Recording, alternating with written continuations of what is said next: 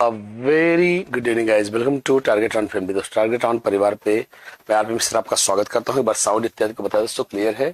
दोस्तों सभी को मैं दोस्तों नमस्ते करता हूं। Very good evening to all of you. दोस्तों आइए शुरुआत करते हैं आज के इस धुआंधार सेशन को। मैक्सिमम लोगों ने दोस्तों कवर कर लिया है और दोस्तों अब हम लोग सुन सकते हैं। आइए दोस्तों शुरू करते हैं अपने सेशन को। और this is going to be okay. Good evening Riddhi सा, शुभम कुमार, एक्सोकॉमिक somewhat like that. Okay. Suraj Porwal, Garima Tiwari, good evening. MD office in Varanasi. Okay. Deepmala, very good evening sir, very good evening to all guys. चलिए शुरू करते हैं दोस्तों और आप चलेंगे गाइज। हाँ देखिए गाइज, दोस्तों आप जानते हैं बीपीएससी टीआरई 3 के लिए दोस्तों जो कंप्लीट सब्जेक्ट की ये प्रैक्टिस दी जा रही है। दोस्तों मैं चाहूंगा तमाम भाई बहन जो इससे जुड़े हैं दोस्तों, एसएसटी की प्रैक्टिस दी जाती है। सुबह 8 से 10 राम सर लेते हैं, मैथ शाम को 6 बजे आदरणीय संदीप सर लेते हैं, और साइंस अतुल सर लेते हैं 5 बजे दोस्तों, हिंदी अमरेश सर लेते हैं 7 बजे दोस्तों। टीआरई में कंप्लीट प्रैक्टिस का पैकेज है जो मैं चाहूंगा सभी लोग ज्वाइन करें। और ये दोस्तों आपका टेलीग्राम ग्रुप है, मैं आपको बताऊंगा। आइए क्या अगला दोस्तों पीवाईक्यूज नियर अबाउट सारे पेपर्स के लिए लिए हैं। तो आइए दोस्तों समय नहीं बर्बाद करेंगे, धीरे धीरे कवरेज करेंगे। क्या कह रहा है अधिगम वास्तव में व्हाट काइंड ऑफ नेचर अधिगम है दोस्तों। कह रहा क्या वास्तव में अधिगम कैसा कवरेज देता है। ओके दोस्तों, पहला क्या है, औपचारिक है, अनौपचारिक है। औपचारिक अनौपचारिक दोनों है, कोई भी नहीं। Formal, informal, formal and informal, neither of these. क्या ही तो धीरे धीरे सब रिलैक्स चलेंगे। आज पूरा दोस्तों पूरा कंप्लीट पेपर हम लोग लेंगे और समय दोस्तों बिल्कुल ही कोशिश करेंगे पूरा ले जा सके। बिल्कुल सही दोस्तों। क्या जो मैं भी पढ़ा रहा हूं वो भी अधिगम है। तो फिर भी देख रहा हूं कुछ लोगों ने उत्तर ए दिया है। बिल्कुल नहीं गाइज, ये तो बहुत ज्यादा हो गया। मैं मतलब गुड़िया कुमारी दोस्तों ये थोड़ा सा ज्यादा हो गया। आई मीन दोस्तों if you go don't mind guys, if you answer like that this could be very helpful for me guys. Believe me, I am not joking, I am serious. इस तरह का उत्तर देंगे तो फिर मेरा दिल टूट जाएगा गाइज। देखिए गाइज मेरी बात समझे बेटा, मेरी बात समझ। जो आरपी सर पढ़ा रहे हैं आर्ट टीचिंग, सिर्फ यही शिक्षण नहीं है। अगर पापा बैठा के समझाते कि बेटा तुम ज्यादा पैसा खर्च कर रहे हो, थोड़ा अपना खर्चा घटाओ, यह भी शिक्षण है। शिक्षण दोस्तों, शिक्षण मुख्य रूप से गाइस एक बार सुनेंगे, शिक्षण के मुख्य रूप से 3 प्रकार होते हैं। जो मैं पढ़ा रहा हूं वो फॉर्मल है, जो पापा पढ़ा रहे हैं वो इनफॉर्मल है, और इन दोनों का मिक्स जो आजकल नया आया है जो वो दोस्तों क्या है, इन माफ करेंगे। ओके वह क्या है, थोड़ा पहले सुन लेता हूं क्योंकि ये शायद ये वाला आप नहीं जानते हो। क्या नॉन फॉर्मल। हाँ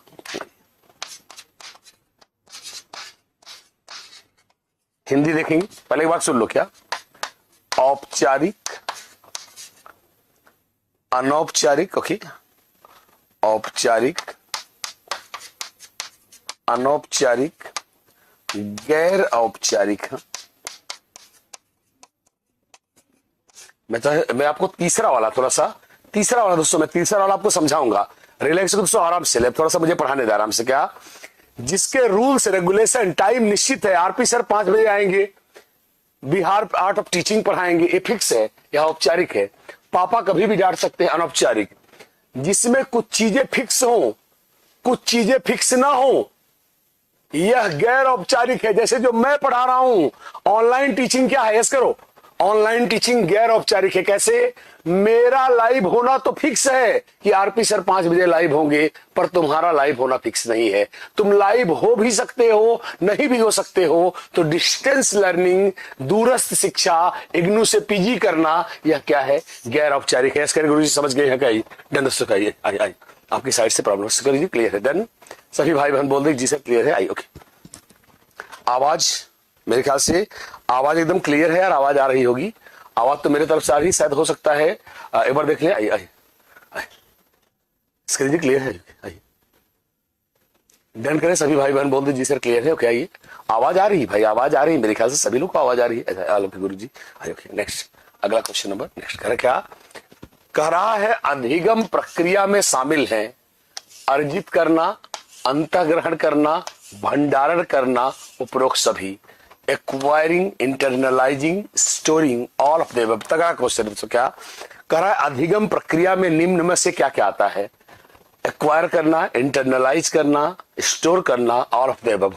आइए, ओके, यस, ओके, और क्लियर है सर जी, डन, क्लियर है एकदम, ओके। पढ़ते पढ़ते दोस्तों बात को, फोकस को नहीं बिगाड़ेंगे। देखिए गाइस, ठीक है, देखिए मैं समझाता हूँ दोस्तों इसको। देखिए गाइस, हमेशा थोड़ा सा लाइफ से कनेक्ट करिए ताकि लंबा याद न करना करे। बिल्कुल सही, D is the right answer. कैसे समझाता हूं, मैं हट जाता हूं, D is the right answer लगा दिया है क्या, समझाता हूं दोस्तों कैसे। जैसे मुझे कार चलाना सीखना है, सभी लोग बोलेंगे जी सर क्लियर है। जब मैं कार चलाना सीखूंगा तो मैंने एक नए कौशल का अर्जन किया है, ये वाला सही हो गया। फिर इसे मैंने कैसे सीखा है, भविष्य के लिए इसे मैं अपने अंदर उतारूंगा, यह अंतःग्रहण करना है। और मैंने कैसे कार चलाना सीखा था, ये जानकारी मुझे अपने मस्तिष्क में स्टोर करनी है। So the right answer is going to be D for Denmark. हाँ गुरुजी समझ गए हैं, मेरे ख्याल से समझ गए हैं, D is the right answer, done, okay. सभी लोगों ने बोल दिया कि सर क्लियर है क्या, मैंने कैसे किया है, यह जानकारी मुझे अपने मस्तिष्क में क्या करना है, स्टोर करना है। D for Denmark is the right answer.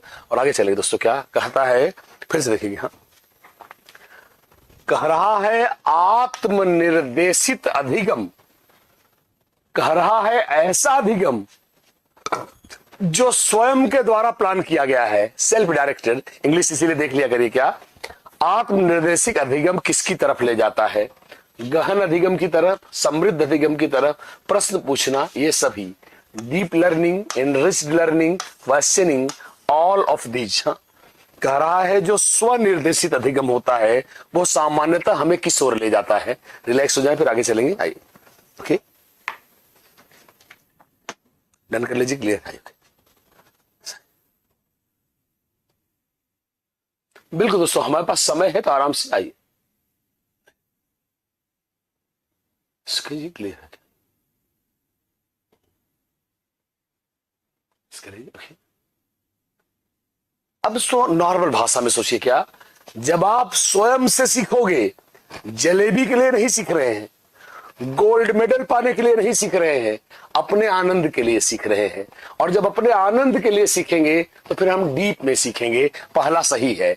और जब डीप में सीखेंगे तो अपने आप यह समृद्ध अधिगम होगा। और ऐसे में क्या होगा, हम सही है कि गलत है, हम खुद से बातचीत करते रहेंगे। So the right answer is going to be D for Denmark. Yes करें, गुरुजी समझ गए हैं, D for Denmark is the right answer. Yes करें जी, क्लियर है। और अब चलेंगे दोस्तों क्वेश्चन नंबर नेक्स्ट पर। आइए, अभी हम लोग आगे नेक्स्ट करा, क्या कह रहा है, ज्ञान का उद्देश्य, थोड़ा दिमाग लगाना, थोड़ा सा दिमाग लगाना, क्या ज्ञान का, मैं अगर तो कहो तो और बेहतर कर सकता हूं, क्या शिक्षा का उद्देश्य क्या होगा, यह कौन डिसाइड करेगा, मनोवैज्ञानिक द्वारा, दर्शन शास्त्र द्वारा, समाज शास्त्र द्वारा, अर्थशास्त्र द्वारा, ये क्वेश्चन तो बताओ। तो मैं जानू तो कुछ क्वेश्चन अच्छे भी आए हैं। शिक्षा का उद्देश्य क्या होना चाहिए, ये कैसे निर्धारित होगा, डन कर लीजिए, साउंड चेक कर लीजिए, ओके, से ऑफ कर दिया है। तो अब बताओ क्या ठीक है, ओके। थोड़ा सा दोस्तों मुझे फिर से बताएं, क्या साउंड में कोई दिक्कत आ रही, मेरे हिसाब से तो सही है यार। आई बिल्कुल सही दोस्तों, क्या कैसे, अगर आप में से दोस्तों किसी को डाउट है तो मेरे पास तगड़ी व्याख्या है। क्या संस्कृत में क्या कहा गया है, तमाम दर्शन है प्रकृतिवादी, शिक्षा पर सब लोग, तमाम दर्शन है आदर्शवादी। प्लेटो, शिक्षा का उद्देश्य क्या होना चाहिए, प्लेटो ने बताया जो आदर्शवादी दर्शन है। प्रकृतिवादी रूसो ने बताया प्रकृतिवादी दर्शन है। डेबी ने बताया प्रयोजनवादी दर्शन है। दोस्तों ज्यादातर शुरुआत में सबसे पुराने विषयों में से यूनान में दर्शन शास्त्र था, मनोविज्ञान शुरू में नहीं था। So the right answer is going to be B for Bombay. गुरु समझ गए हैं, लेनो क्या ही। और अब चलेंगे क्वेश्चन नंबर नेक्स्ट पर। कर क्या कह रहा है, अब इतनी भयंकर हिंदी है, इतनी भयंकर हिंदी है दोस्तों, क्या इतनी भयंकर हिंदी कि एक बार तो आप समझ भी ना पाओ। क्या अब एक बार फिर भी कोशिश करता हूं, क्योंकि हिंदी वो एरिया है जहां आप बहुत स्ट्रगल किए हो। अंतक उद्देश्य काहे का वर्णन करता है, अंतक देखिएगा, फाइनल ऑब्जेक्टिव किसका वर्णन करता है। ऑप्शन ए परिणाम का, देखिए बल्कि इंग्लिश में समझ में आ रहा है, प्रक्रिया का, कार्य पद्धति का, कार्य प्रणाली का। Option A the result, the process, the methodology, the procedure. कह रहा है अंतक उद्देश्य, बल्कि देखो इंग्लिश से समझ में आ रहा है, फाइनल ऑब्जेक्टिव किसका वर्णन करता है सर? क्या?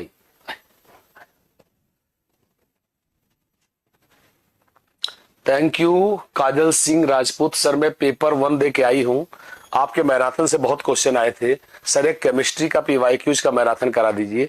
चलिए मैं एक बार बेटा बात करता हूँ। आइए कर दीजिए। ओके आइए, डन करे, कर दीजिए, क्लियर है? आइए, बिल्कुल दोस्तों डन करे जी, क्लियर है? आइए। अब दोस्तों देखिए, जब आप हिंदी, तो दोस्तों जिन लोगों ने हिंदी पढ़ा है यार खुद समझो, फाइनल ऑब्जेक्टिव क्या होता है भाई? अंत में भाई तुमने एग्जाम की तैयारी की, तुमने एग्जाम दिया, यह टाइम है रिजल्ट के आने का, तो फाइनल ऑब्जेक्टिव क्या है? फाइनल ऑब्जेक्टिव हमेशा क्या है? फाइनल ऑब्जेक्टिव होता है रिजल्ट का आना। यस करें, गुरुजी समझ गए, फिर आगे चलेंगे साहिब के। आइए और अगला चलेंगे, क्वेश्चन नंबर नेक्स्ट करा क्या कह रहा है?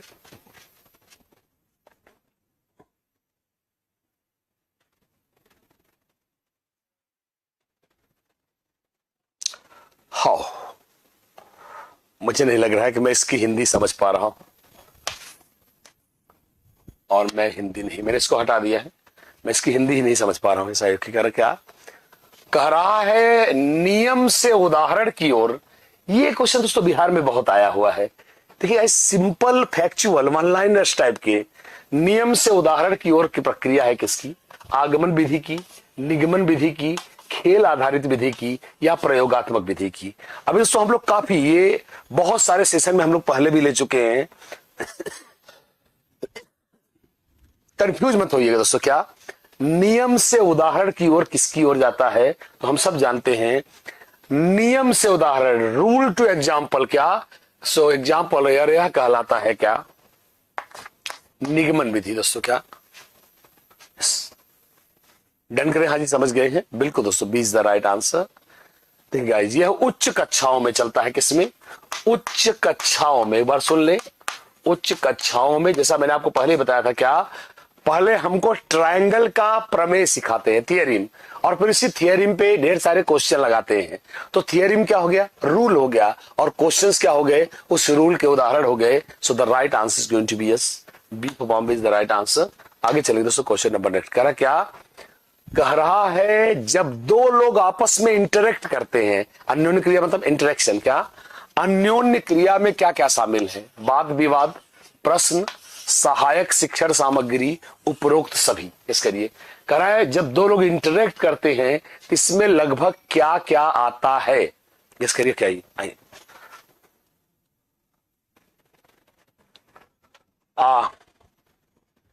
बिल्कुल दोस्तों मैं ले लेता हूं नीतीश राज, मैं बिल्कुल संडे को आई, मैं संडे को बिल्कुल मैराथन ले लेता हूं दोस्तों। मैंने कहा भी था कि संडे को मैं मैराथन ले लूंगा, मैंने बात पहले भी बोला था ये कि आई सो गुरु जी 11 को एग्जाम है, बिल्कुल ले लेगा भाई, बिल्कुल संडे को मैंने प्रॉमिस किया, तो मैं संडे को, अभी समय है मेरे पास, संडे आएगा कब? 9 या 8 तारीख को या 10 को, तो हम ले लेंगे मैराथन, टेंशन ना लीजिए। Okay, D is the right answer, D. दोस्तों देखिए सिंपल सी बात है यार, जब आप इंटरेक्ट करोगे तो टॉपिक पे बात विवाद होगा, प्रश्नोत्तरी होगी, और इसमें दोस्तों क्या आएगा? जब बातचीत, अब TLM दोस्तों आपको बातचीत करने के लिए कुछ टूल्स यूज करने होंगे। D is the right answer. आगे चलेंगे, क्वेश्चन नंबर नेक्स्ट क्या कह रहा है? पाठ योजना। देखिएगा इस चैप्टर में देखिए बिहार वाले में पाठ योजना आपको काफी, मैं इसीलिए बोलूंगा एक बार सभी लोग दोस्तों, क्या एक बार सभी लोग दोस्तों, मैं चाहूंगा प्लीज थियरी वाला जरूर देख लीजिएगा, क्या मैराथन दोस्तों, प्लीज सभी भाई बहन, मैं चाहता हूं दोस्तों सभी लोगों को मालूम है, सभी भाई बहन दोस्तों, सभी लोगों को मालूम है क्या कि आपको आई तो क्या कहेंगे भाई, सभी भाई बहन दोस्तों जानते हैं। मैं चाहता हूं क्या कि एक बार थियरी की मैराथन दोस्तों जरूर देख लीजिएगा, तमाम लोगों को मालूम है। अगर आपके पास लिंक नहीं पहुंच गया है तो आप सीधा डालो, क्या यूट्यूब पे डालिए, क्या Bihar art of teaching marathon, तो आपको वैसे भी अब आगे पीछे कहीं ना कहीं वो क्लास मिल जाएगी। या दोस्तों आप लिखना है क्या, target with Alok STT art of teaching marathon, तो भी मिलेगी। देख जरूर लीजिएगा, एक बार देख जरूर लीजिएगा। अब दोस्तों ध्यान से सुनिएगा, कह रहा है लेसन प्लान का उद्देश्य क्या है? शिक्षा लक्ष्य की रूपरेखा प्रस्तुत करना, लक्ष्य तक पहुंचने का रास्ता करना, अधिगम उद्देश्य तय करना, और दोस्तों बिल्कुल सही डी, देखिए गाइस ये वैसे ही है, देखिए सिंपल सी बात है यार। मैंने आपको जब इसका मैराथन लिया था तो मैंने आपको बहुत आम आदमी की भाषा में समझाया था कि अगर सुबह आप टिकट रेलवे से यात्रा करने वाले हो तो रात में भगदड़ से बचने के लिए आप अपना टिकट रख लोगे, अपनी आईडी रख लोगे, तो क्लास में तितर बितर पढ़ाने से अच्छा है कि पहले ही आप क्या कर लो, कौन सा उदाहरण दोगे, टॉपिक को, यस कर गुरुजी समझ गए क्या, टॉपिक की ओपनिंग कैसे करोगे, प्रस्तुतिकरण कैसे दोगे, कौन कौन से उदाहरण दोगे, ये पहले से प्लान कर लो। और प्लस एक बार तुमने इसे प्लान कर लिया तो हम समझ गए कि हम टारगेट को कैसे अचीव करेंगे। And D for Denmark is the right answer. Yes करें गुरुजी, हम समझ गए हैं। लेसन प्लान बहुत जरूरी है यार, तितर बितर पढ़ाने से अच्छा है आप प्लान करके पढ़ाओ। Done, okay. I next, I अगला नेक्स्ट कह रहा है। अब देखिए गाइस खुद सोचिए, अब एक कॉमन सेंस की बात है, अब एक क्वेश्चन कॉमन सेंस वाला है। क्या कह रहा है, किसी लेसन प्लान का अंतिम चरण क्या है? पुनरावृत्ति, गृह कार्य, अनुरूपता, श्याम पट्ट कार्य। Revision, homework, simulation and black board work. कह रहा क्या, कह रहा आपके अनुसार, देखो इसको देखो मैराथन में हम लोगों ने बहुत बढ़िया कवर किया था कि किसी भी लेसन प्लान का अंतिम स्टेप क्या होता है। Guess what? तो एक लेसन प्लान जो आप जानते हो मैं लिख देता हूं, अंदाजा लगाना। तो हर्बर्ट की पंचपदी प्रणाली, यहां जितने लोग हैं सब जानते हैं। क्या पहला चरण क्या है? पढ़ो। पहला चरण है क्या? प्रस्तावना। यस्कर गुरुजी हम समझ गए हैं। दूसरा चरण क्या है? प्रस्तुतिकरण। तीसरा चरण क्या है? तुलना। चौथा चरण क्या है? ओके, चौथा चरण क्या है? सामान्यीकरण। क्या? सामान्यीकरण।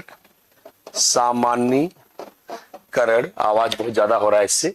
सामान्यीकरण। और पांचवा चरण है दोस्तों, इसी को बोलते हैं हर्बर्ट की पंचपदी प्रणाली। खूब पढ़ाया हुआ है और नहीं भी पढ़ाया हुआ है तो भी आप सब लोग ये जानते हैं। अब अगर आप नॉर्मल भी ये सब आई सर एक बार कोशिश करेंगे। मैं देखिए आज 10 जून से कोशिश कर रहे हैं, एक सुपर टेट के ऑफलाइन बैच ले आएंगे। एक बैच ऑलरेडी चल रही, तो हम कोशिश करेंगे आपको एक बार अपडेट करेंगे, हम लाइव होंगे स्पेस आयु की। खुद देखिए फर्क नहीं पड़ता यार क्या है, पर लास्ट में देखो पहले टॉपिक को इंट्रोड्यूस किया, पाठ योजना क्या है, टॉपिक को इंट्रोड्यूस किया प्रस्तावना, पूर्व ज्ञान से जोड़ा प्रस्तुतिकरण, रियल लाइफ से दिखाया तुलना, लास्ट में चैप्टर का निचोड़ बताना क्या है, सामान्यीकरण है। पर स्टूडेंट इसे कैसे यूज करेगा? जब हम उसे कुछ होमवर्क देंगे। And the right answer is going to be for Bombay. और दोस्तों मैक्सिमम लोगों ने सही उत्तर दिया था बी। यस करें गुरुजी, हम समझ गए हैं। सारे लोग एक लाइन से यस कर दे, यस सर हम लोग इसको समझ गए हैं, आप जारी रख सकते हैं। सकाई भाई खुद समझो, जब हमने टॉपिक को खत्म कर लिया, स्टूडेंट उसको परिपक्व हो जाए, जो सीखा है वो लॉन्ग टाइम तक सेव कर सके, इसीलिए होमवर्क देते यार, वरना होमवर्क का क्या मतलब है। ननो क्या आगे चलेंगे क्वेश्चन नंबर नेक्स्ट पर। Hi this is going to be B. Hi कह रहा है सूक्ष्म शिक्षण, गेस करिए। अगर आप नॉर्मल दोस्तों एक बार नॉर्मल क्या कह रहा है सूक्ष्म शिक्षण। इस पे हम लोग बहुत तगड़ा लेक्चर लिए दोस्तों। मैं चाहूंगा माइक्रो टीचिंग का जो मेरा लेक्चर है, थियरी दोस्तों मैंने यूट्यूब पे पूरी थियरी पढ़ाई है, मैराथन भी पढ़ाया है, पूरी थियरी भी पढ़ाई है। मैं चाहता हूं दोस्तों कि दोनों आप कवरेज कर लीजिए। क्या सूक्ष्म शिक्षण अधिक प्रभावी होता है कब? शिक्षण अभ्यास की तैयारी के दौरान, शिक्षण अभ्यास के दौरान, शिक्षण अभ्यास के बाद, उपर्युक्त में से कोई नहीं। During preparation for teaching practice, during teaching practice, after teaching practice, none of these are okay.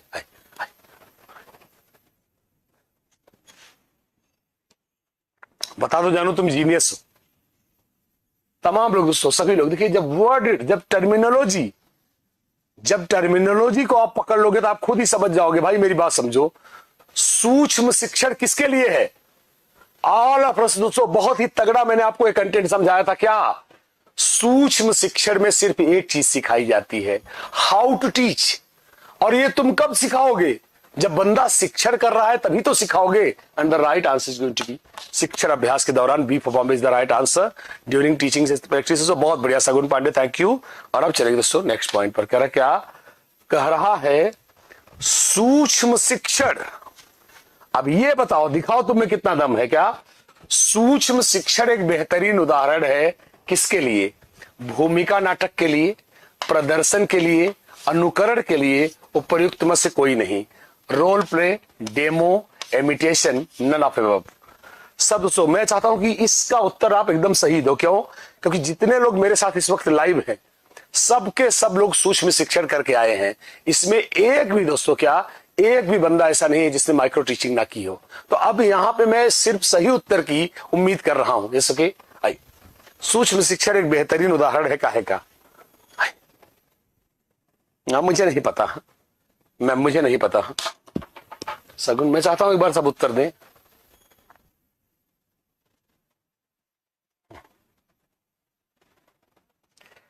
देखिए सभी लोग, जैसा कि देखिए अब देखिए कहीं कहीं देखिए भाई कहीं कहीं बात आती है किसकी? देखिए दो बातें।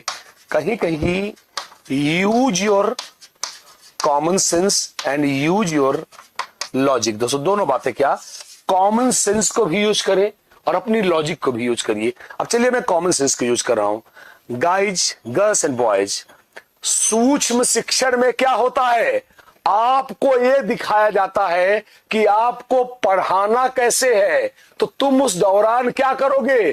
तुम नकल मारोगे कि जैसे मेरा एक्सपर्ट बता रहा है मुझे वैसे ही प्रस्तुतिकरण देना है, उसी अनुसार श्यामपट्ट कार्य करना है। And C is the right answer. कितने लोग हैं जो पहले राउंड में समझ गए हैं? वरना मैं एक राउंड और समझाऊंगा। यस करी जी, क्लियर है? गो गो गो गो। यस करेक्ट जी, समझ गए सर। सभी भाई बहन दोस्तों मैं चाहूंगा क्लियर कर दें। यस सर हम लोग समझ गए हैं। Done, okay. सभी लोग दोस्तों समझ गए क्या? गंदो, मैं सबसे ज्यादा खफा हूं किससे? मैं देखिए I don't want to take your names, नहीं आपको गुरुजी हमको इंडिविजुअली टारगेट कर रहे हैं। सबसे ज्यादा खफा हूं मैं ए वालों से लिए। मुझे बात बताओ लड़कियों बॉयज, ये अजीब है। हम सब ने all of us have gone through micro teaching. हम में से हर आदमी, जितने तो इतना तो मैं जानता हूं कि अगर आपने डीएलएड किया है, अगर आपने बीएड किया है तो आपने माइक्रो टीचिंग पक्का किया है। माइक्रो टीचिंग में हमको सिखाते कैसे पढ़ाना है, सिर्फ शिक्षण कौशल। तो पहले हमको पढ़ा के दिखाया जाता है, फिर हमें वैसे ही पढ़ाना होता है। तो जो एक्सपर्ट दिखा रहा है हमें उसका अनुकरण करना होता है। C Chennai is the right answer. Sir इस बार समझ दीजिए सर एक बार और। सुषमा जी, सुषमा सिंह यस करें। हाँ जी समझ गए। हाई पे यस करें गुरु जी, हम समझ गए। मैं चाहता हूं दोस्तों सारे भाई बहन, सुषमा जी, तमाम लोग बोलते जी गुरु जी हम लोग समझ गए हैं। मेरे ख्याल से सभी लोग बोलते जी सर क्लियर हो गया है। यार आराम से पढ़े, मैं हैंडल कर लूंगा यार। एक मैराथन ही बहुत है, बस अभी पढ़े आइयो। क्या आई? अच्छा ठीक है। मैराथन हम संडे को रख रहे हैं, ठीक है? संडे को मैं एमसीक्यूज की एक बार मैराथन ले रहा हूं दोस्तों। एक बार और समझा दीजिए। सुषमा जी यस करें। हाँ जी क्लियर है। Yes okay done sir, clear हो गए। आइए अगला कह रहा है, अब आज आपको मैं समझा। वैसे तो मैंने कई पिछले 3-4 लेक्चर में बैक टू बैक मैंने इससे क्वेश्चन लिया है, पर एक बार सोचे क्या अभिक्रमित अनुदेशन ऐसे प्रोग्राम्ड इंस्ट्रक्शन किससे जुड़ा है? क्लासिकी अनुबंधन पर, क्रिया प्रसूत अनुबंधन पर, ए और बी दोनों, उपयुक्त में से कोई नहीं। अब देखो ये प्रश्न मुश्किल नहीं है यार, यह मुश्किल क्वेश्चन नहीं है। अब ये तुम्हारे कॉमन सेंस पे है कि फैक्ट्स को हम कितना जानते हैं। और मैंने आपको मॉक टेस्ट बताया था और मैंने प्रोग्राम का मतलब भी बताया था। इसके लिए क्लियर है? आइए ओके। मैक्सिमम भाई बहन दोस्तों इस बात को जानते हैं। चलेंगे आइए। अब देखिए एक सेंस देखिए, कहीं कहीं नॉलेज को भी यूज करिए। अभी ये दिमाग से निकाल दीजिए, तो आपने एक मेंटेलिटी बना दिया है कि अगर ए और बी दोनों है तो अपने को उसी को टिक करना है। ये तो तुक्का मारने वाली बात हो गई। कल मैंने ही पढ़ाया था, सॉरी कल माफ करिए, कल क्लास नहीं हो पाई थी। परसों मैंने बताया था प्रोग्राम्ड इंस्ट्रक्शन होता है आज की तरह मॉक टेस्ट, जो पहले से ही प्लान। इसमें शिक्षक नहीं होता, कंप्यूटर ही शिक्षक होता है। ऐसे प्लान की गई टीचिंग को प्रोग्राम्ड इंस्ट्रक्शन कहते हैं। और इसके जनक है कौन? महान बुहास फ्रेडरिक स्किनर, महान बी एफ स्किनर जिसे आप बोलते हैं शॉर्ट में। और दोस्तों बी एफ स्किनर ने दिया है क्रिया प्रसूत सिद्धांत, जबकि पहला वाला सिद्धांत किसका है? पावलाव का। यस करे, ये अजीब बात है, आप ये बात जानते हो, क्लासिकल कंडीशनिंग का सिद्धांत पावलाव ने दिया है, इसलिए हमारा उत्तर क्या होगा? बी। यस करे गुरुजी, समझ गए हैं? यू क्या आई डन करे जी, क्लियर है? देखिए गाइस, कहीं कहीं कनेक्टिविटी, लॉजिक, ये सारी चीजें हमको जरूरत पड़ती है। ऑपरेंट कंडीशनिंग का सिद्धांत स्किनर ने दिया है, और स्किनर जनक है किसके? प्रोग्राम्ड इंस्ट्रक्शन के। तो ऑटोमेटिकली हमारा उत्तर इस बार सी नहीं बल्कि सिर्फ बी होगा, क्योंकि हमारे उत्तर में आएंगे क्या? क्रिया प्रसूत। इसके जी क्लियर है? ओके जी सर, क्लियर है। आइए क्वेश्चन नंबर नेक्स्ट। क्या कह रहा है? जबरदस्त दोस्तों, क्या ओके। अब इसको कुछ क्वेश्चन दोस्तों शुद्ध पेडागॉगी वाले हैं, केवीएस ओबीएस के स्तर के। क्या कह रहा है? कक्षा में छात्रों की सीट बदलने से हमें क्या फायदा है? बच्चे कक्षा में हीन भावना न महसूस करें, सामाजिक संपर्क और भावनात्मक बंधन को बढ़ावा देता है, बच्चों को मुक्त और अधिक आत्मविश्वासी बनाता है, उपरोक्त में से कोई नहीं। आइए गेस करिए। अब इसमें कुछ क्वेश्चन दोस्तों, क्या क्वेश्चन, आइए गेस करिए जी। कुछ क्वेश्चन दोस्तों इसमें ऐसे हैं जो थोड़ा पेडागॉगी टाइप के हैं, जो आपकी सोच को थोड़ा टेस्ट कर सकते हैं। इस कर दीजिए, क्लियर है? आइए भाई,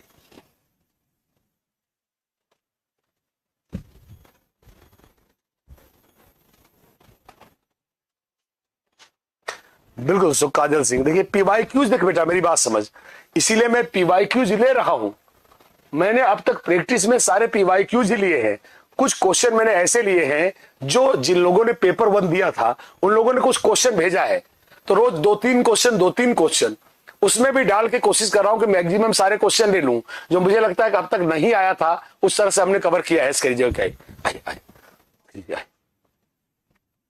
ठीक है, जब भी आप इस क्वेश्चन को पढ़ते हो, मेरी बात सुन बेटा, मेरी बात समझ बेटा, समझ। अगर मुझे तुमने क्लास में मेरी जाति पर कमेंट किया है, मैं पहले ए वालों की क्लास लगा रहा हूं, और जब समझ जाएंगे बोले गुरुजी हमसे गलती हुई है।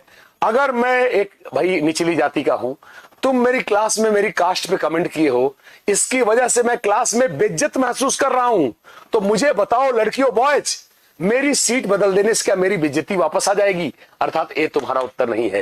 तर्क दो या तर्क लो। यस करो गुरु, समझ गए? ये हमारा उत्तर नहीं है। अगला क्या है? मुक्त और अधिक आत्मविश्वासी।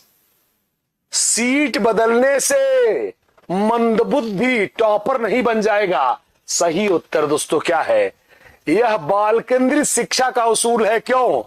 क्योंकि दोस्तों समझाता हूं सीट कैसे बदलता है। जैसे सीट कब बदली जाती है और कैसे? जैसे कोई एक्टिविटी करानी है, गोलाकार बैठा देना। यस करो गुरु, समझ गए? कोई रोल प्ले हो रहा है तो जिसका रोल जैसे आएगा उस क्रम में बैठा देना, वरना सामान्य तरीके से बैठना। जब भी सीट में चेंज होगा लोग आपस में इंटरेक्ट करेंगे, and B for Bombay is the right answer. सब लोग यस करें गुरु जी। लॉजिक के साथ हम समझ गए, और मैंने लॉजिक के साथ समझा दिया। ऐसा ही क्या जी, हमेशा तर्क ही इंपॉर्टेंट है यार। हम उत्तर रट सकते हैं पर कुछ चीजें हम कभी नहीं रट सकते। हम YouTube पे फाइल लिख के पढ़ा सकते हैं। तुम तो सबसे आसान पढ़ाना कहाँ है? YouTube पे। रात में हम इतनी बड़ी फाइल तैयार किए, आए बाँच करके चले गए भाई, पर व्याख्या कौन देगा? व्याख्या तो तैयार करनी पड़ेगी ना। इसके क्लियर क्या है? यस ओके, नेक्स्ट आगे कह रहा है, टिक लगा दिया है। यस ओके, थोड़ा सा मैं इसको हटा के चाहूंगा थोड़ा सा। यस ओके,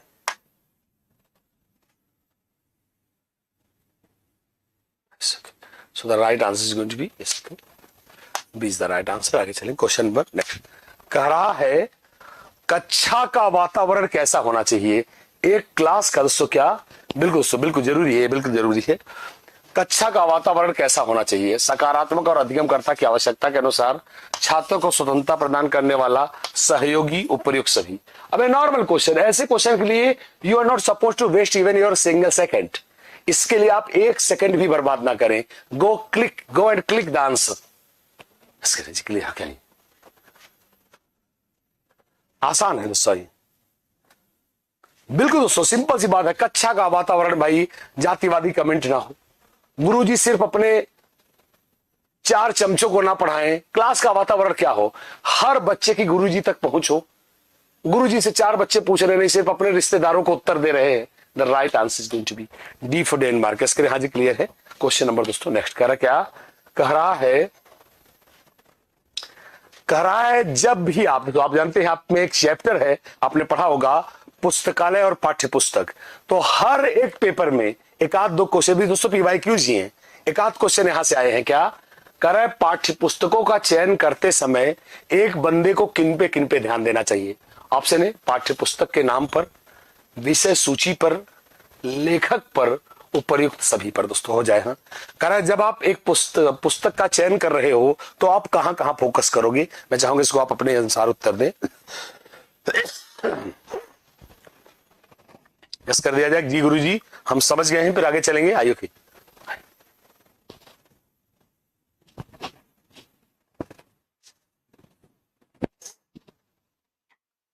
बिल्कुल दोस्तों, सिंपल सी बात है यार। एक बात बताओ आप, चलो इसी सब्जेक्ट को लेते हैं। क्या जब आप यार किसी किताब को खरीदते हो, क्या आप चाहते हो कि वो राइटर नामी गिरामी हो, अर्थात ये वाला सही है, प्लस आप चेक करते हो कंटेंट में जाकर क्या कि जो मुझे चाहिए वो सारे चैप्टर है कि नहीं। ये विषय सूची हो गया। और सिंपल सी बात है यार, जब बुक का नाम ही नहीं पता होगा तो खरीदोगे कैसे। अर्थात तीनों गलत काट दिया and the right answer is going to be D for Denmark. उपयुक्त सभी एसकरेजी क्लियर है। और आगे चलेंगे दोस्तों क्वेश्चन नंबर नेक्स्ट पर। कह क्या आइए दोस्तों, कभी आपने सुना है इसके ISS। दोस्तों ये क्वेश्चन मैं खुद नहीं समझ पा रहा हूं, इतना डीप क्वेश्चन कहां से आ गया। हाँ आइए, ISSN में कितने अंक होते हैं। 10, 13, 8, 15। अब इससे पहले कि आप उत्तर देते रहो, मैं इसका फुल फॉर्म थोड़ा सा लिख दूं। थोड़ा इसका स्क्रीनशॉट भी ले लीजिएगा।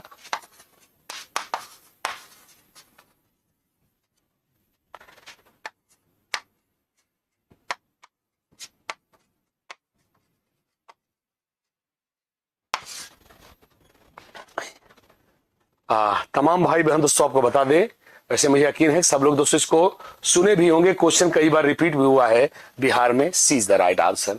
अब प्रश्न है दोस्तों ये है क्या। आइए, सो ये प्रश्न है कि ये क्या है और कहां से आया है। तो लिसन गाइज, अब मैं आपको इसका बैकग्राउंड समझाता हूं, थोड़ा इसका बैकग्राउंड समझाता हूं। दोस्तों आजकल मीडिया वाले, मैगजीन वाले, न्यूज़पेपर वाले मसालेदार पैसा कमाने के लिए दोस्तों आजकल चैनल को देख लीजिए, वंट संट दोस्तों मसालेदार न्यूज देने में माहिर हैं। तो कौन उनकी जवाबदेही तय करेगा, उनपे कैसे केस होगा। तो दोस्तों इंटरनेशनली एक लॉ लाया गया है क्या कि जो लोग न्यूज़पेपर छापते हैं, मैगजीन्स लिखते हैं, वो 8 अंकों का ए यूज करेंगे। क्यों? ताकि कभी किसी अंक पर, किसी एपिसोड पर अगर केस करना हो तो हम उस नंबर से उस एपिसोड को ढूंढ सके। सब लोग यस करें। जी गुरुजी आपने साफ समझा दिया है and the right answer is going to be, यह 8 अंकों का होता है। सभी भाई दोस्तों, सभी भाई बोले जी सर क्लियर है। Sunil Kumar ji thank you. मुझे दोस्तों सब लोग बोले कि हाँ गुरुदेव हम समझ गए हैं। मैंने क्या बोला, अगर यार नंबर नहीं होगा तो हमको कैसे पता चलेगा कि किस अंक में इस पत्रिका ने गलत बयानबाजी की थी। अंकों से ही तो पता चलेगा भाई इस अंक में मिस्टेक हुआ था। तो आइए बिल्कुल दोस्तों पहचान के लिए आया, बिल्कुल दोस्तों किसी कई चीजों के लिए, बुक के लिए, मैगजीन के लिए, टेलीविजन के एपिसोड, सॉरी माफ करेंगे, खासकर इलेक्ट्रॉनिक प्रिंट मीडिया में, न्यूज़पेपर्स के लिए, मैगजीन्स के लिए, बुक्स के लिए, जनरल्स के लिए, इंसाइक्लोपीडियाज के लिए। तो I hope you understand the right answer to be C are. मेरे ख्याल से सभी लोग समझ गए जी सर क्लियर है। आइए क्वेश्चन नंबर नेक्स्ट।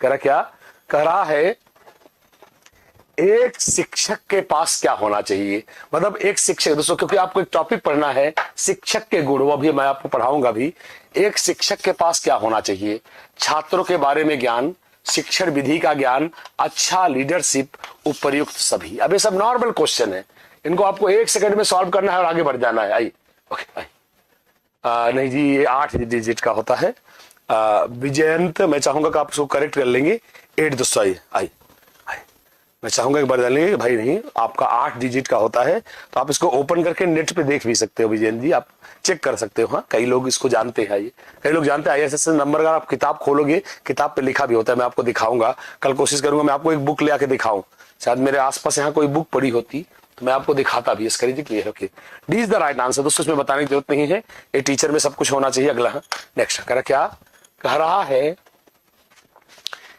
एक शिक्षक अपने जीवन में सबसे अधिक कहां से सीखता है? तो ये बढ़िया क्वेश्चन है क्या? उत्तर तो नॉर्मल ही है, क्वेश्चन का साइज भी बहुत छोटा है। क्या एक शिक्षक सबसे अधिक कहां से सीखता है? किताबों से, छात्रों से, प्रधान अध्यापक से, इनमें से कोई नहीं गाइस। यही दोस्तों देखिए, अगर हम इसे नॉर्मल भाषा में समझे, आइए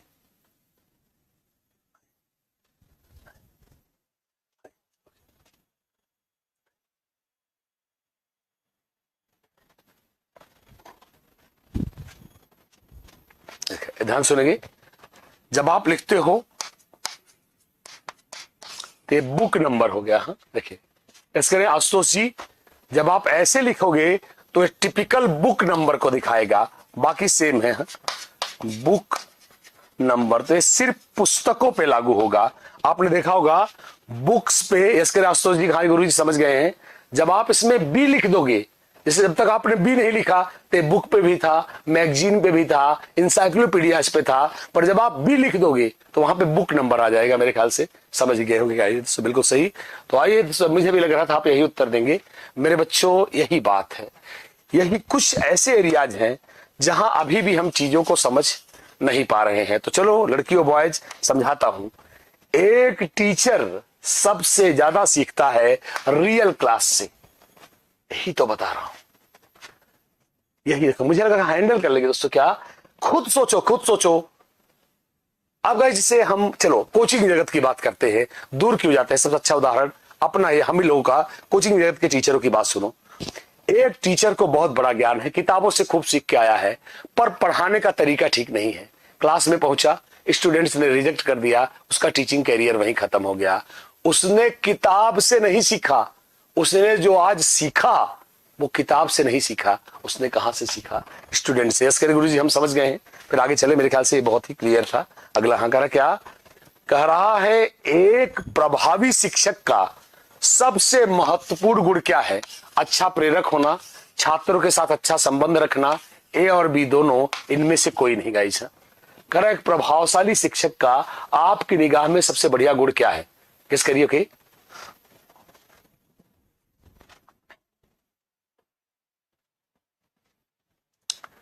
तो बिल्कुल दोस्तों, अब आप समझ गए हैं, एक अच्छे शिक्षक का सबसे बड़ा गुण दोस्तों है, उसे दोनों ही होने चाहिए। एनसीएफ 2005 दोस्तों, क्या एनसीएफ 2005, शिक्षक भगवान नहीं है। गुरुर ब्रह्मा गुरुर विष्णु बाल केंद्रीय शिक्षा में रिजेक्ट कर दिया गया है। छात्र खुद सीखेगा, गुरु जी नहीं रहेंगे तो भी सीखेगा। यही कहा है फ्रोबेल ने। शिक्षक का काम है पढ़ने के लिए प्रेरित करना, यह सही है, और बच्चे की पहुंच टीचर तक होना चाहिए। So C for Chennai is the right answer. आगे चलेंगे, दोबारा एक बार मैं इसको फिर से कर दूं। क्या the right answer is going to be guys what? C for Chennai is the right answer. दोबारा लगा दिया ताकि ये सही हो। क्या कह रहा है, कह रहा है आकलन का उपकरण निम्न में से कौन है? कह रहा है निम्न में से किसके द्वारा आकलन होता है? आकलन असाइनमेंट प्रश्न द्वारा, प्रोजेक्ट कार्य द्वारा, संचयी अभिलेख द्वारा, निबंध द्वारा। कसम से बता दो, मैं जानू तुम जीनियस हो।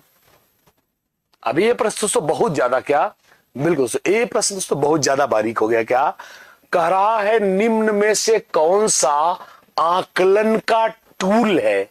आकलन का टूल है असाइनमेंट क्वेश्चंस, प्रोजेक्ट वर्क, संचयी अभिलेख या निबंध आयोग।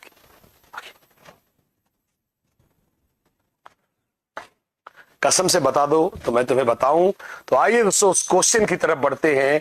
लड़कियों बॉय जो मैंने आपको बताया था, मैं जानता हूं उसके रूट में जाना पड़ेगा, मैं समझा लूंगा, मैं माहिर हूं। आइए, मैंने क्या बोला था? यस करो गुरुजी, हमको याद आ गया।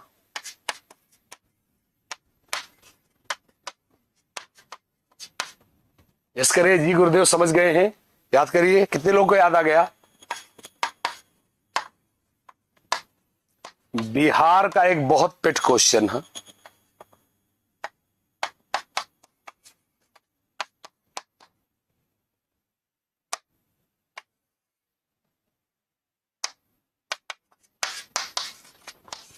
इसमें क्रम लगाने के लिए आता है दोस्तों। तमाम लोगों ने इसको पढ़ा हुआ है, हम लोगों ने पीछे इसको किया भी था। क्या सबसे हल्का कौन होता है टेस्ट? जैसे मैंने आपको एक 20 क्वेश्चन का टेस्ट लिया, वो टेस्ट है। अगर मैं इसमें आपको नंबर दूं, आप 40 नंबर पाए हो, यह मापन है। आपके इस प्रदर्शन को सुधारा कैसे जा सकता है, यह आकलन है।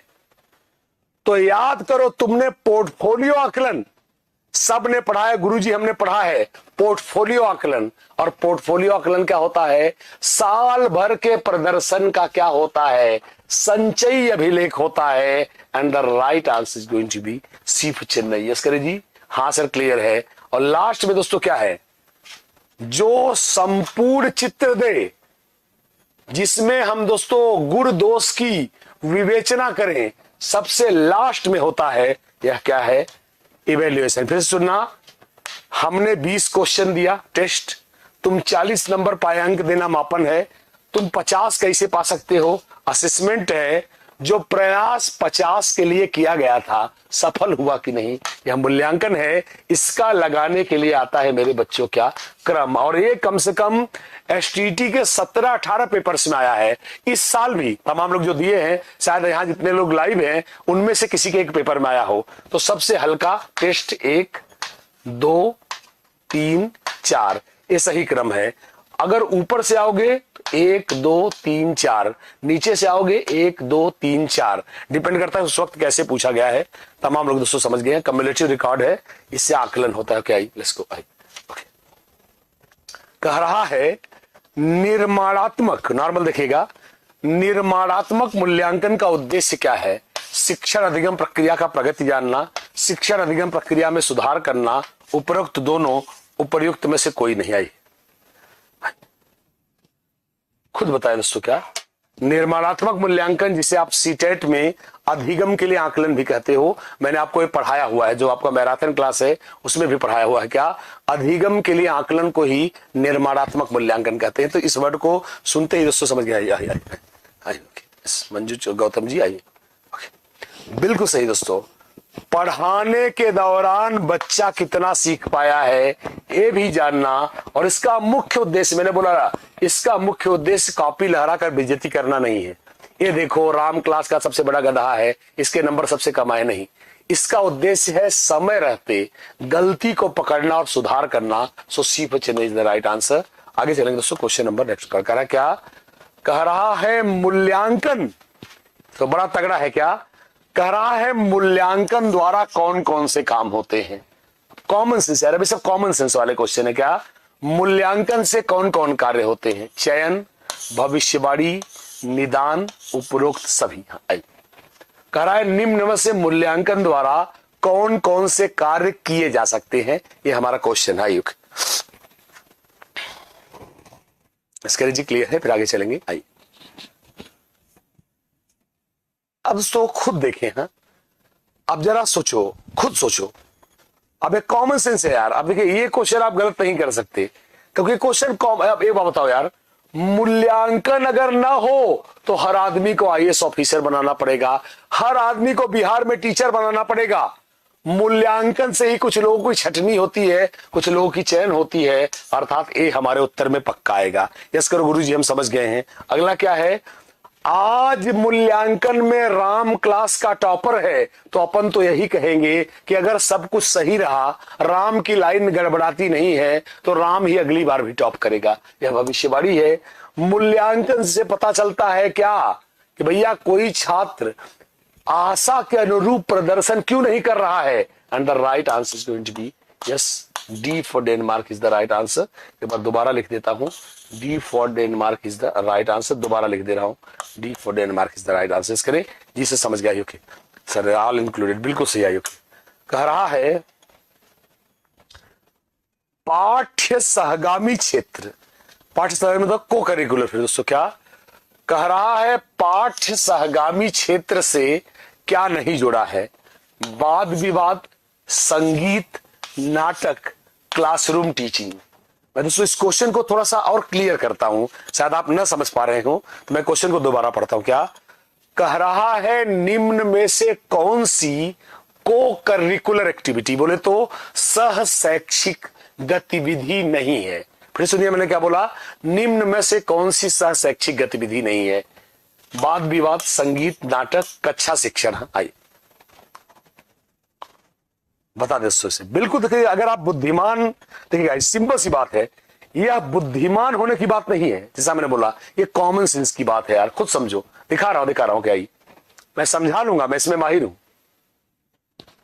गंदो यही तो इतनी देर देखो जो तमाम लोग समझ गए। सो कॉमन सेंस वाला क्वेश्चन था भाई। क्लास के अलावा को करिकुलर एक्टिविटी में क्या आता है? खेल कूद, गाना बजाना, एक्टिंग, खो खो खेलना, कबड्डी खेलना। ये क्लास के अंदर थोड़ी होगा यार, तभी तो इसे सह शैक्षिक कहा गया है। क्लास के अंदर तो सब्जेक्ट पढ़ाए जाएंगे, अर्थात सह शैक्षिक में नहीं आता क्लासरूम टीचिंग। इसके जो बाहर होगा वही तो करिकुलर होगा। D is the right answer. करें गुरुजी समझ गए हैं। मैं चाहूंगा ए बी वाले बोले सर हमसे थोड़ा मिस्टेक हो गया था या हम क्वेश्चन को समझ नहीं पाए। ओके सभी भाई बहन कर दें हाँ सर हम समझ गए हैं, उत्तर क्या होगा। डन। ओके आइए, मैक्सिमम लोगों ने बोल दिया हाँ सर समझ गए उत्तर क्या होगा। ओके और अब चलेंगे क्वेश्चन नंबर नेक्स्ट पर। कह क्या कह रहा है, जो विद्यालय में हम करिकुलम पढ़ाते हैं, जो पाठ्यचर्या पढ़ाते, क्या कह रहा है? विद्यालयी पाठ्यचर्या का प्रमुख सोच क्या है? व्यवसाय की तैयारी, बच्चे का सर्वांगीण विकास होना चाहिए था। तो मैं चाहूंगा यहां भी लिखूं और यहां भी लिखूं, थोड़ा सा इसको हल्का सा वो करूं ऐसा ही। ओके ऑलराउंड कई बार क्या होता है पढ़ा, तो इसको भी मैं थोड़ा मिटा के आसान ला दी मैंने। ओके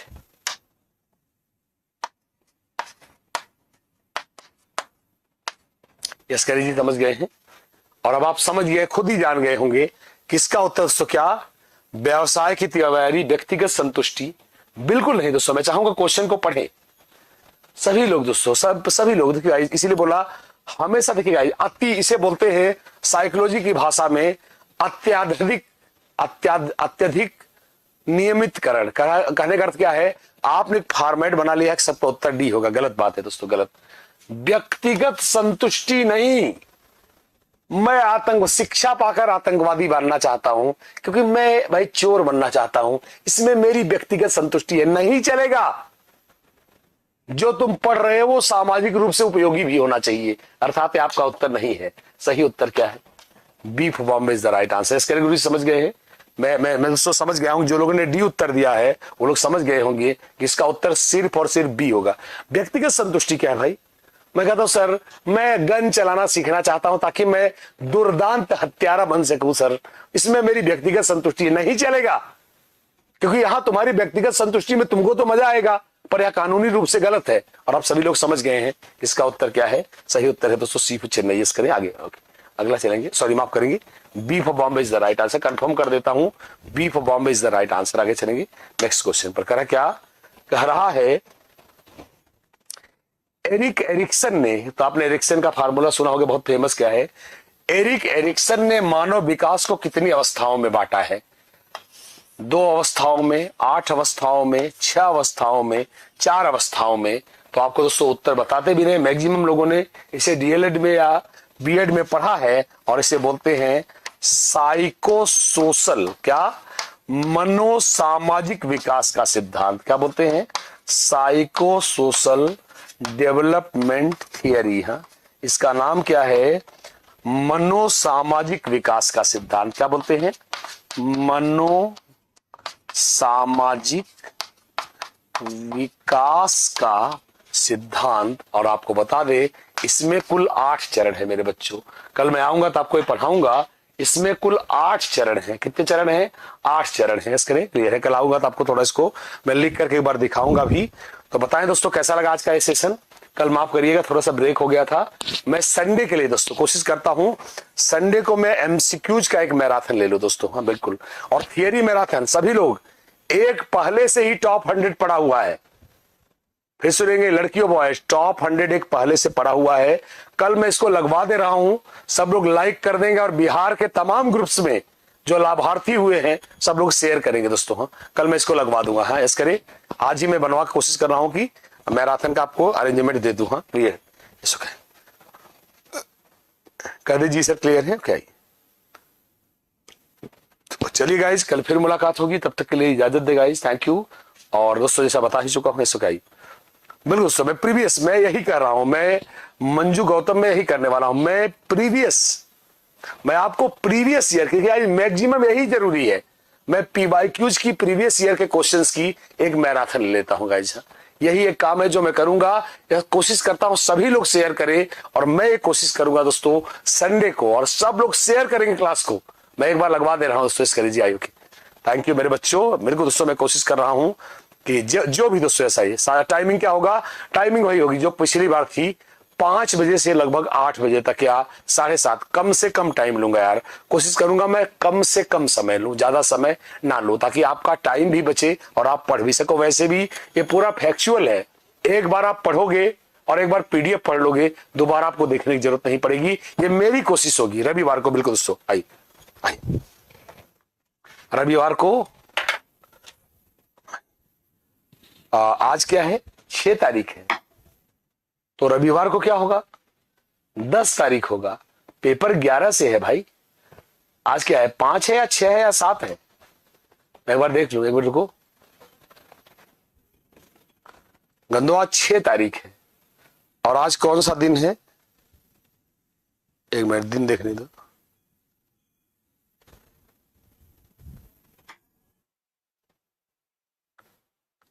आज तो दोस्तों थर्सडे है, बृहस्पतिवार है, 6 जून है, आज बृहस्पतिवार है, तो आपका एग्जाम तो संडे से कहां होगा,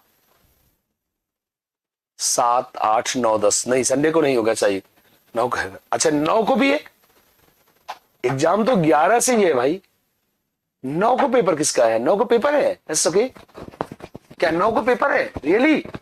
चलिए मैं कोशिश कर रहा हूं, परसों ही दे देता हूं, 8 को ही दे देता हूं, हे गाइज मैं 8 को ही दे देता हूं, ठीक है 8 को ही दे देता हूं, ठीक है चलिए, ओके चलिए गाइज कल मिलते हैं, thank you, thanks a lot, मैं कोशिश कर रहा हूं 8 को ही दे दूं, thank you, okay thanks a lot, thank you, 8 को ही, चलिए ठीक है, अगर ऐसा है तो मैं भाई 8 को दे दूंगा, ठीक है, thank you, okay thanks a lot, thank you.